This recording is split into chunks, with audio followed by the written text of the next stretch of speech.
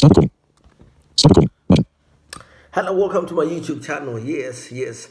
Remember, this channel we give all commentary. You understand? I'm giving you my own opinion from someone who's totally blind. My own opinion of things that are happening in social, in the politics. We look at everything, give you my own opinion on certain things. What I think had to be done or my own opinions or my own views.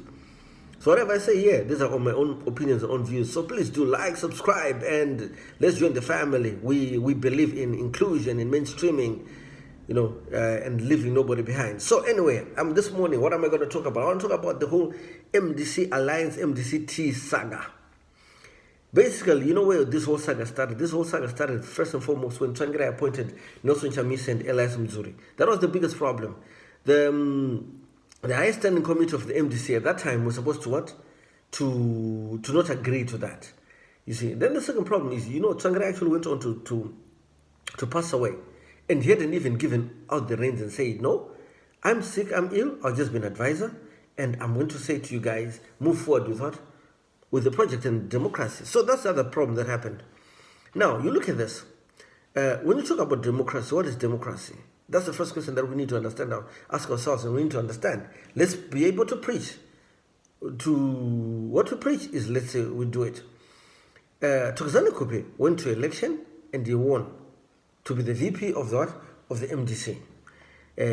Nelson Chamisa and Elias Mzuri were appointees. So to me already those two what are out.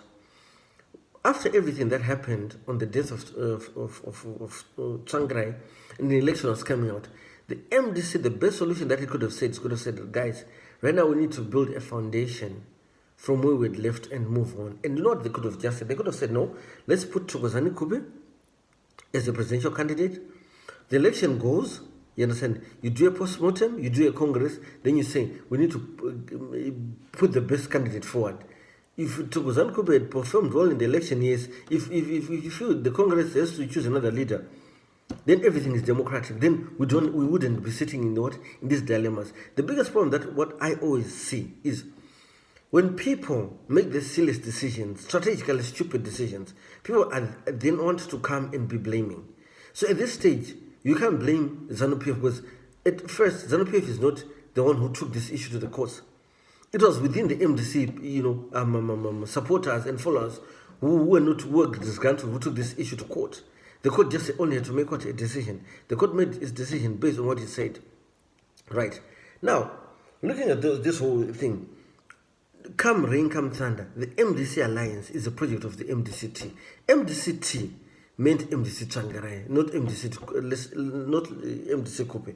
So what happened is, you see, because the MDC Alliance is a baby of the MDC-T, and everything that the MDC Alliance has is MDC-T. That's a fact. You cannot separate those two projects. Those are similarly two projects. You understand? So for me, my own opinion, my own view is, if Nelson Chamisa is not going to say, okay, I'm going to be democratic and I'm going to what? You understand? To participate in the Congress that the court ruled, it's fair and fine. It's not a problem. They should now register a totally new political party with new name, new colors, new logos, everything, you get what I'm saying, to register now and also have new officers. Then the Thokozani Kupe group also has its offices, and they do their own congress, and whatever happens, you get what I'm saying. Then the war is finished. But the war is not finished. The war is still there, because when you guys now are fighting internally, you understand, you're actually strengthening what? ZANU-PF. ZANU-PF is going to become stronger, because right now by-elections are going to take place, and by-elections, trust me, but in the next, we're in 2020, in the next two years, there's going to be a lot of by-elections. ZANU-PF will have 95% of parliamentary seats in parliament, and that's a big, sign of disaster. So what am I saying? I'm saying in basic principles, is it about you being a leader, or is it about you serving Zimbabwe, serving our communities, making this world a better place? But at times, you swallow pride, you understand? But for me, it doesn't kill anyone, even if Chamisa says, okay, let Thokozani Kupe what? lead the MDC, we go Congress and everything, and he just has to do what he has to do. People will still see his works. People will still see his efforts. You understand? Even if it's not Nelson Chamisa, if it's somebody else, people see, guys, the best candidate to move what? To move a strong opposition forward is so and so. And that's it. You know what I'm saying? You don't have to come out and stand on the top of a drum and say, hey, I'm the legit leader. You understand? Because for me, right now, we are busy concentrating on saying ZANU-PF is infiltrated MDC, what, you understand? You're actually strengthening ZANU-PF. And ZANU-PF, you see, it's keeping intact. Yet we are busy playing what the cat and mouse game.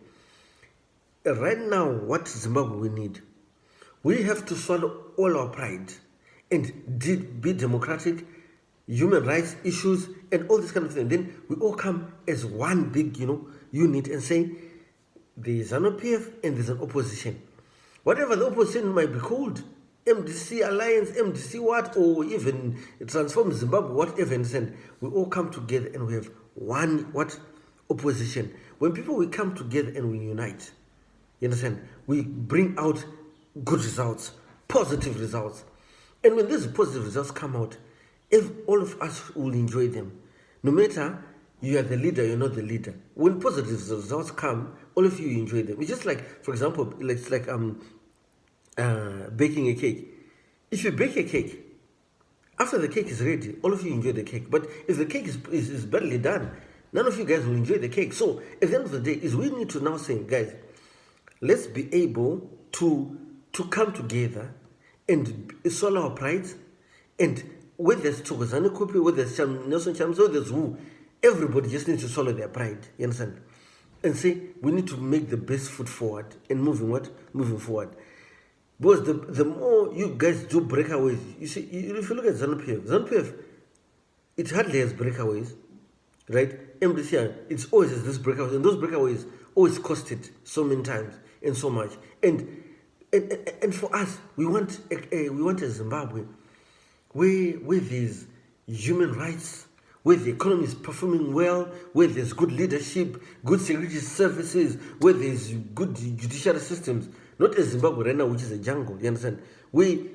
Nothing is working, you understand? Nothing is working, and things that I say today don't work tomorrow. But we want a Zimbabwe that everybody can enjoy, you understand? A very good Zimbabwe and a very good nation. What is Zimbabwe? Everybody's right and opinion is tolerated and respected. Not that if you just speak, you're the enemy of the state, and people then get to fear for their lives and everything. No, we have to have democratic processes, respect human rights, and as Zimbabwe, even me with a disability, I enjoy and I feel safe and comfortable in Zimbabwe. Not when I don't feel safe. I'm struggling. Human rights are not observed and everything. So right now, Thokozani Kupe, Nelson Chamisa, and all the other opposition leaders, all of us need to go under one tent, swallow our pride, and say, guys, let's come together, and united we stand, divided we fall. Let's fight for one cause. Let's fight for one nation. Let's fight for one Zimbabwe, a Zimbabwe that is flying and shining bright, you understand? A Zimbabwe that where everybody, not that, as long as for me, I'm in an opposition, I'm driving this car, I'm living this life, and this kind of thing. No. Let's build a country and communities that everybody is there and is respected. So please, if opposition leaders in Zimbabwe, let's come together, let's sit down, let's swallow our pride, and let's be able to build a formidable force with democratic processes. And my biggest other problem is please, a constitution. Once a constitution is done, let's not really temper around with the constitution. This time, because constitutions are normally tempered around with too much.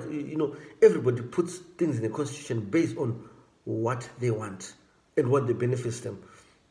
And this is the biggest problem in Zimbabwe, from organizations, institutions to the country. The constitution normally is so much tempered with, policies are normally changed. Inconsistency of policies, inconsistency of constitutionalism will get us nowhere. So, please like, subscribe to my YouTube channel, and I want to build this channel, and together we can build this thing and I'll be more consistent now. I'll be more consistent. A lot of things have been happening in the background, but I'll be more consistent. Don't worry. I'll be trying to give you more and more and more videos. So thank you so much for watching my YouTube video. Let's have fun.